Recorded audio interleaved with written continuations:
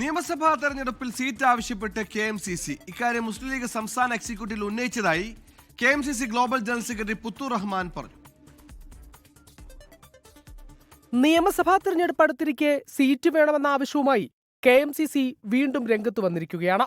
പതിറ്റാണ്ടുകളായുള്ള KMCCയുടെ പ്രവർത്തനത്തെ ലീഗ് നേതൃത്വം മാനിക്കണം. യൂത്ത് ലീഗിനും വനിതാ ലീഗിനും നൽകുന്ന പ്രാധാന്യം KMCCക്കും നൽകണം.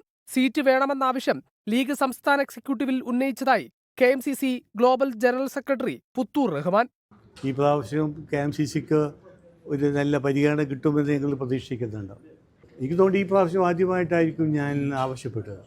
KMCCക്ക് ഒരു പരിഗണന ഈ പ്രാവശ്യം പാർട്ടി തരണം എന്ന് ആവശ്യപ്പെട്ടു. ആർക്കാണ് ഏത് സീറ്റാണ് എന്നത് പാർട്ടി തീരുമാനിക്കും.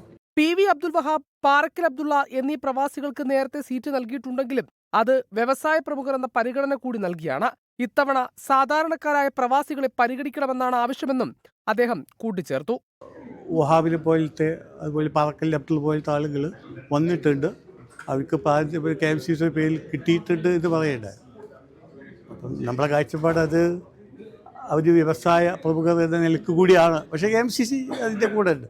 പക്ഷേ ഇതൊരു സാധാ ഒരു പ്രവർത്തകനായ ഒരു KMCCക്കാരനെ പരിഗണിക്കണമെന്നാണ് നമ്മൾ ആവശ്യപ്പെട്ടത്.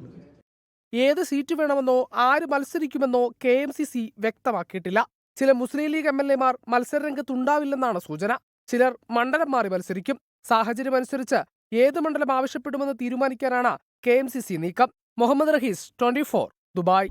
ലോകത്തെവിടെയായാലും ഏത് സമയത്തും 24 വാർത്തകളും ഓഗ്മെന്റഡ് റിയാലിറ്റി പാക്കേജുകളും എക്സ്പ്ലെയിനറുകളും വിശദമായി കാണാൻ ഞങ്ങളുടെ YouTube ചാനൽ നിങ്ങൾക്ക് സബ്സ്ക്രൈബ് ചെയ്യാം.